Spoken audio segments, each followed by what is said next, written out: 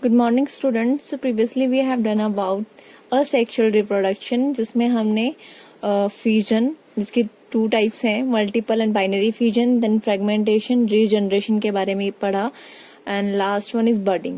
उसके बाद जो है एक और type है asexual reproduction की, there is spore formation. So spores are usually produced in the sporangia. Sporangia is the plural term and sporangium is the singular one. So spore जो है वो स्पोरेंजियम में प्रोड्यूस होते हैं. First of all what is a spore? A spore is a single और several called reproductive structure that detaches from the parent and give rise to a new individual. तो spore जो है, अगर आप यहाँ पे डिटेल में स्ट्रक्चर देखोगे, यहाँ पे जो ब्राउन कलर की कवरिंग है दैट इज कॉल्ड स्पोरेंजियम. ठीक है, ये जो कवरिंग है दैट इज कॉल्ड स्पोरेंजियम. और यहाँ पर बहुत सारे ब्लैक कलर के स्पोर्स देखने को मिल रहे हैं. So these are spores. और कुछ टाइम के बाद ये जो वॉल है of the sporangium it breaks and जो स्पोर्स हैं वो रिलीज हो जाते हैं. जैसे इस स्ट्रक्चर में दिखाया मैंने, जो स्पोर्स हैं दे आर रिलीजिंग. सो ये जो है, ये जो बीच का structure that is called sporangiophore. So this one is the structure of a fungi called rhizopus. ये जो एग्जाम्पल है वो rhizopus का है. So जो स्पोर्स हैं दे लाई इन द स्पोरेंजियम. ठीक है, और स्पोरेंजियम जो है उसमें स्पोर्स जो हैं वो कुछ टाइम के बाद रिलीज हो जाते हैं and they give rise to a new individual. So there are 2 types of spores. First one is aplanospores. So aplanospores क्या होते हैं? These are non-flagellated, means flagella is absent, and non-motile means they are not capable to move, or we can say that those which cannot swim. Those spores are called aplanospores, and there are other spores which are called zoospores. So what are zoospores? These are flagellated and motile spores and are called zoospores. So zoospores नाम से ही पता चल रहा है. Zoo means animal, and animals which can show movement. So those spores which can show movement are called zoospores. These are motile, these are flagellated, and this one is the example of rhizopus fungi. The formation of the sporangia and spores in the rhizopus. Example जो है, most of the जो fungi है they can show the spore formation. और कुछ bacteria है, there are few bacteria which can also show the spore formation. Examples are rhizopus, mucor, aspergillus, penicillium. These are all fungi. Next one type है vegetative propagation. So vegetative propagation is the in plant is a method of a asexual reproduction in which the parts other than seeds are used as propagules. So propagules क्या हैं? These are the part which can used as which can used in the method of asexual reproduction other than the seeds.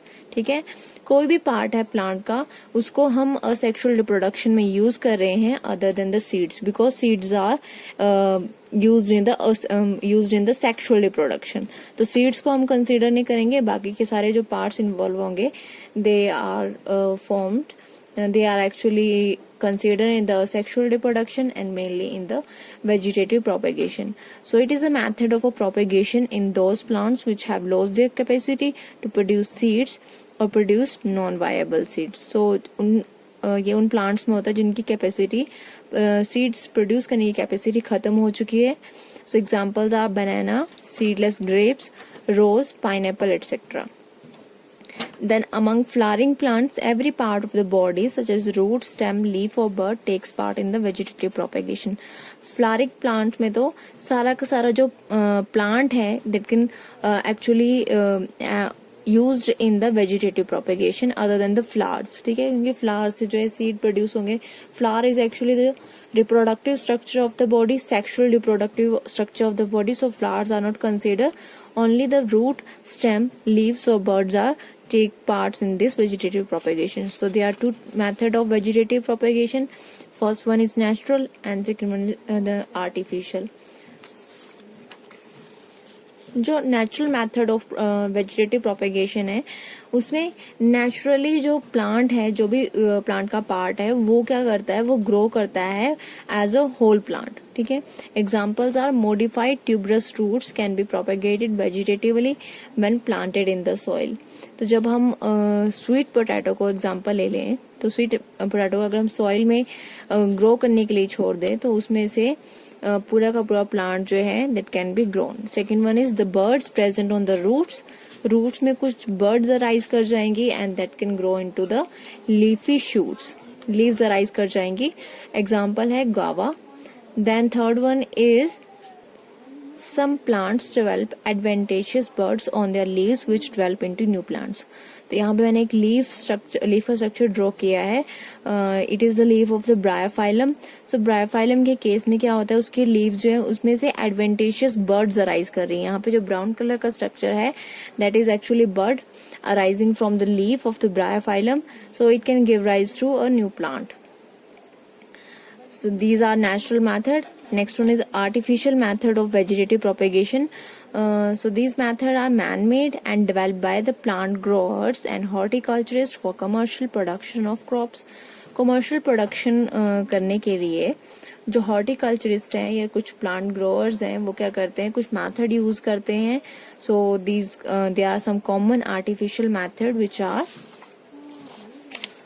cutting, layering and grafting. These three methods are commonly used by these horticulturists. So cutting में सबसे पहले क्या होता है, just the small piece of any plant organ used for propagation is called cutting. Plant का एक part ले लेंगे जिसमें ना तो रूट्स प्रेजेंट होंगी ना लीव्स प्रेजेंट होंगी, ठीक है। फ्लावरिंग सिस्टम तो प्रेजेंट होगा ही नहीं, सिर्फ एक स्टेम पार्ट को लेंगे, कट कर देंगे, ठीक है। कोई भी ग्रोइंग प्लांट है उसमें से हम उसकी स्टेम को जो है वो अलग कर देंगे और उसमें से लीव्स भी रिमूव कर देंगे और only the stem part which is cutted has been grown in the soil, ठीक है। उसको ग्रो कर देंगे, थोड़े दिन के बाद आप देखोगे कि वो जो प्लांट है, जो स्टेम है एक्चुअली उसमें से रूट्स अराइज कर रही हैं। So this is in the case of cutting. An example is rose. Rose जो है वो कॉमनली उसमें स्टेम कटिंग करके जो है वो हम लगा सकते हैं। Second one is layering. So in layering the roots are artificially induced on the stem branches before they are detached from the parent plant for propagation. So in this case parent plant एक ले लेंगे, उस parent plant में हम क्या करेंगे, वो जो है वो अटैच्ड है, ठीक है, सॉइल के साथ वो अटैच्ड है और उस प्लांट में हम रूट्स जो है वो किसी और प्लांट की स्टेम के साथ अटैच कर देंगे, ठीक है। पेरेंट प्लांट लिया, ठीक है, जो कि सॉइल में ग्रो कर रहा है, उसकी स्टेम के ऊपर रूट्स जो है वो अटैच कर देंगे। This is called layering. और फिर उस प्लांट को जो अलग से कहीं जो है वो ग्रो करने के लिए हम किसी और सॉइल में जो है अटैच कर देंगे, ठीक है, ग्रो करने के लिए छोड़ देंगे। तो कुछ टाइम के बाद वो भी जो पार्ट है प्लांट का वो ग्रो करना शुरू कर देगा। So this one is layering and it is common in the jasmine plant. Third one is grafting.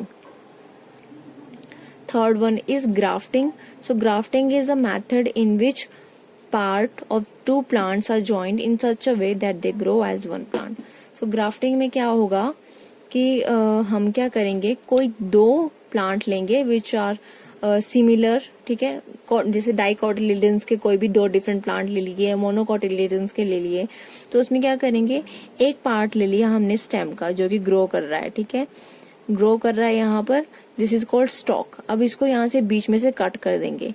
यहाँ पे हमने through the help of the grafting blade हमने यहाँ से इसको कट कर दिया और जो दूसरा पार्ट है विच इज कॉल्ड स्काईऑन, ठीक है, किसी और प्लांट का पार्ट है, हमने यहाँ पे इसको अटैच कर दिया और अभी तक हमने जो है इसको, ये जो है ग्राफ्ट नहीं हुआ है, इसको हमने ग्राफ्टिंग थ्रेड की हेल्प से बांध दिया, ठीक है, टाई कर दिया, then this is called graft. So जो ग्राफ्टिंग है उसमें हम टू जो है प्लांट्स ले रहे हैं which are closely related to each other. एक को स्टॉक बोलते हैं, एक को स्काईऑन बोलते हैं और इन दोनों को टाई कर देंगे with the help of grafting thread and this is the type of grafting. So जो असेक्सुअल रिप्रोडक्शन है वो यहाँ पे खत्म होगी, ठीक है। असेक्सुअल रिप्रोडक्शन की जितनी भी टाइप्स है सो वो कंप्लीट हो चुके हैं. Next one, there are some questions in your book that how will an organism be benefited if it reproduce through spores. Question ये है कि अगर कोई ऑर्गेनिज्म स्पोर्स के थ्रू रिप्रोड्यूस कर रही है तो उसकी क्या एडवांटेजेस हैं, क्या बेनिफिट्स हैं. So there are many advantages if an organism reproduces through spores. First one is large number of spores are produced in one sporangium. एक तो है कि बहुत सारे स्पोर्स जो है एक ही स्पोरेंजियम में प्रोड्यूस हो रहे हैं, ठीक है, वो सबसे अच्छी बात है. And next one is spores are distributed easily by air to far off places to avoid competition at one place. तो जो spores हैं वो air के थ्रू disposed off हो जाते हैं, मतलब कहीं और places में भी बहुत सारे दूर दूर प्लेस में जो है वो स्पोर्स हैं वो जा सकते हैं, ताकि जो कंपटीशन है एक जगह में उस प्लांट का वो कंपटीशन कम हो सके. Third one is spores are covered by thick walls to prevent dehydration under unfavourable condition. तो स्पोर जो है वो स्पोरेंजियम के अंदर थिक वॉल्स के अंदर प्रेजेंट है, ताकि उनके साथ डिहाइड्रेशन नहीं हो सके, वाटर की जो कमी है वो उनको फील नहीं हो सके under the unfavourable conditions. Favourable condition में तो उनको वाटर भी मिल रहा है, न्यूट्रिशन भी मिल रहा है, पर अनफेवरेबल कंडीशन में अगर डिहाइड्रेशन हो रही है तो स्पोर्स जो है वो कवर्ड है by their thick walls to prevent the dehydration. So these are the benefits, these are the advantages for the organism which can reproduce through spores. Next question is that can you think of reason why more complex organism cannot give rise to new individual through regeneration. यहाँ पे question ये है कि जो more complex organism है वो क्यों regeneration के थ्रू न्यू इंडिविजुअल को प्रोड्यूस कर सकते हैं, ठीक है. So the answer is that simple organism such as hydra and planaria are capable of producing new individuals through the process of regeneration. So the process of regeneration involves the formation of new organism from its body parts. तो जो simple organism है like hydra और planaria, they are capable of producing new individual, और जो process है regeneration का it involve the formation of new organism from its body parts. Body part से जो है रीजनरेशन होती है, जैसे कि मैंने आपको पहले रीजनरेशन में समझा दिया था. So simple organism can utilize this method of reproduction as their entire body is made up of similar kinds of cells in which any part of their body can be formed by growth and development. So जो simple organism है वो जो है वो उनके entire body they are made up of similar kind of cells. Similar kind of cell से मिलकर बनी हुई है and they can be formed by the growth and development. Growth and development से जो है बॉडी की फॉर्मेशन हो रही है. However, complex organism have organ system level of organization. Complex organism है तो जो organ system level of organism है वो भी काफी ज्यादा कॉम्प्लेक्स है, ठीक है. All the organ system of their body work together as an interconnected unit. So जो भी ऑर्गन्स है सारी की सारी ऑर्गन्स जो है वो इंटरकनेक्टेड है और वो एक दूसरे के ऊपर डिपेंड है, ठीक है. They can regenerate their lost body parts such as skin, muscles, blood etcetera. हम जो है अगर ह्यूमन के केस की बात करें तो रीजनरेट कर सकते हैं कौन कौन से पार्ट. स्किन को अगर इंजरी होगी है यू कैन नो दैट कि हम उसको रीजनरेट कर सकते हैं, मसल्स को, देन ब्लड को भी. However, they cannot give rise to new individual through regeneration. जबकि हम रीजनरेशन के थ्रू न्यू इंडिविजुअल को रीग्रो नहीं कर सकते हैं. So I hope it is clear why the complex organism cannot give rise to new individual. However, the simple organism give rise to new individual because they are made up of similar kinds of cells. Okay. Next question is why is vegetative propagation practiced for growing some type of plants? Vegetative propagation जो है वो क्यों important है, वो क्यों हो रही है for growing some type of plants? So it is practiced for growing some type of plants because of following reasons. So it is used to grow a plant in which viable seeds are not formed or very low seeds are produced such as orange, banana, pineapple. एक तो उन plant के case में grow कर सकते हैं जो viable seeds produce नहीं कर पा रही हैं या फिर बहुत ही कम सीड्स प्रोड्यूस करते हैं such as orange, banana, pineapple. So second one is it helps to introduce plant in new areas where the seed germination fails to produce mature plant due to change in environment factors and the soil. So second thing is that कि हम जो plants हैं उसको grow करवा सकते हैं ऐसे area में जहाँ पे सीड जर्मिनेशन पॉसिबल नहीं है या सीड जर्मिनेशन बार बार फेल हो रही है. तो आपको पता है वेजिटेटिव प्रोपेगेशन में हम कोई भी part other than the seed जो है कोई भी पार्ट लेते हैं और उसको जो है ग्रो करने के लिए छोड़ देते हैं. इन द नेचुरल मेथड और आर्टिफिशियल में मैन इन्वॉल्व है जिसमें कटिंग, लेयरिंग और ग्राफ्टिंग आते हैं. सो एनवायरमेंटल कंडीशन अगर ठीक नहीं है या सॉइल की जो सॉइल है वो ठीक, वहां पर हम क्या कर सकते हैं,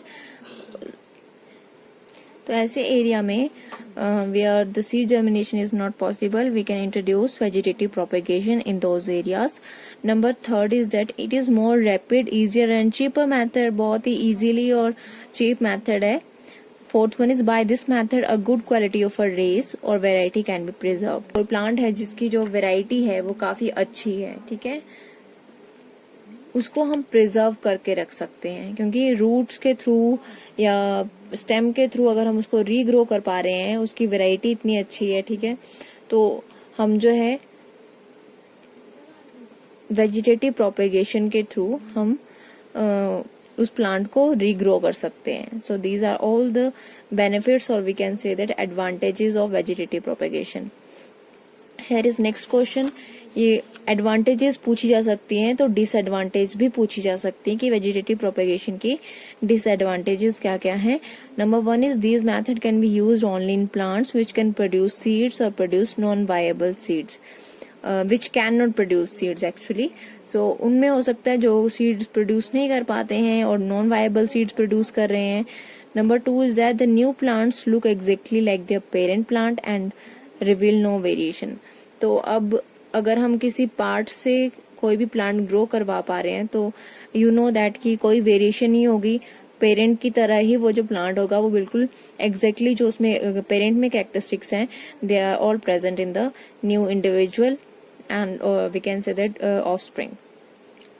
सो seeds of desired quality may not be formed in asexual propagated plants. तो जो सीड्स हैं वो डिजायर्ड क्वालिटी के नहीं मिल पाएंगे हमें वेजिटेटिव प्रोपेगेशन में.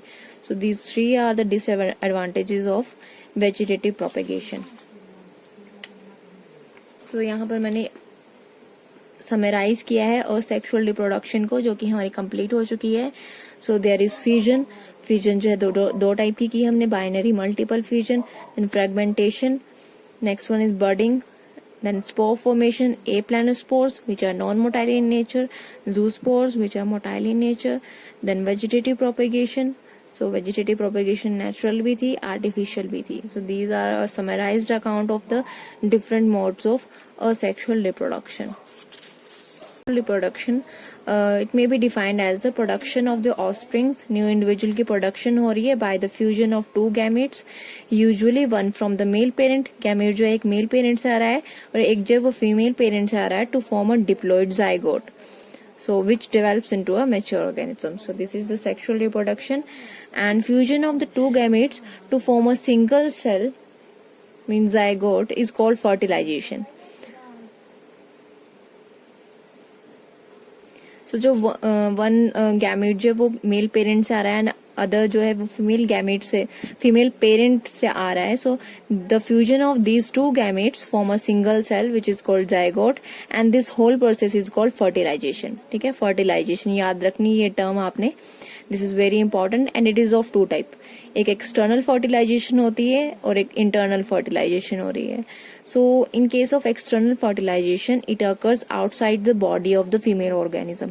Female organism के body के outside हो रही है, that is external. Name he suggest कर रहा है internal. It occurs inside the body of the female organism. Next one is both male and female discharge their gametes outside their body. In this case, male discharge the gamete into the reproductive tract of the body of the female body and the female releases the gamete inside its reproductive tract. इसमें जो mail और female है दोनों gametes discharge कर रहे हैं outside their body और यहाँ पर जो मेल है वो डिस्चार्ज कर रहा है gametes into the reproductive tract of the female और जो फीमेल है वो तो अपने ही इनसाइड इट्स रिप्रोडक्टिव ट्रैक जो है वो एग को रिलीज कर रही है. Then next difference is that it is not a sure method of fertilization, whereas internal fertilization is sure method of fertilization. Then embryo develops unprotected outside the body of the female. यहाँ पे unprotected है.